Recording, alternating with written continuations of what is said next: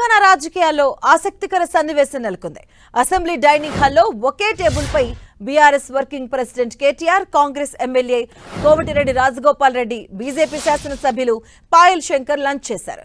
అనంతరం అక్కడే సుమారుగా 2 గంటలకు పైగా సంభాషించారు. ఈ పరిణామం తెలంగాణ రాజకీయాల్లో చర్చకు దారితీయగా కోమటిరెడ్డి రాజగోపాల్ రెడ్డి, బీజేపీ ఎమ్మెల్యే పాయల్ శంకర్లు వాటికి ఫుల్ స్టాప్ పెడుతూ వివరణ ఇచ్చారు. కేటీఆర్తో సాధారణంగానే మాట్లాడారని రాజగోపాల్ రెడ్డి స్పష్టం చేశారు. 2018 ఎన్నికల్లో 88 సీట్లు వచ్చిన తర్వాత కూడా 12 మంది కాంగ్రెస్ ఎమ్మెల్యేలను తీసుకోవడం మంచి విషయం కాదని కేటీఆర్తో చెప్పినట్టుగా ఆయన పేర్కొన్నారు. తనకు మంత్రి పదవి ఇస్తామని అధిష్టానం గతంలో హామీ ఇచ్చిందన్న రాజగోపాల్ రెడ్డి ఇప్పుడేం చేస్తుందో తెలియడం లేదన్నారు. ఇక ఏ పదవి లేకున్నా రాజగోపాల్ రెడ్డికి ప్రజల్లో తగిన గౌరవం ఉంటుందని అభిప్రాయపడ్డారు. ఇక కాంగ్రెస్ మళ్లీ అధికారంలోకి రావాలంటే తనలాంటి తెలంగాణ ఉద్యమకారుల సేవలు అవసరమన్నారు రాజగోపాల్ రెడ్డి.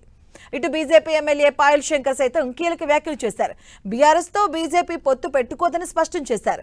5 రాష్ట్రాల ఎన్నికల తర్వాత తెలంగాణపై బీజేపీ అధిష్టానం ఫుల్ ఫోకస్ పెడుతుందన్నారు. అలాగే కేటీఆర్ తో అసెంబ్లీ డైనింగ్ హాల్లో సాధారణంగానే మాట్లాడామని చెప్పుకొచ్చారు.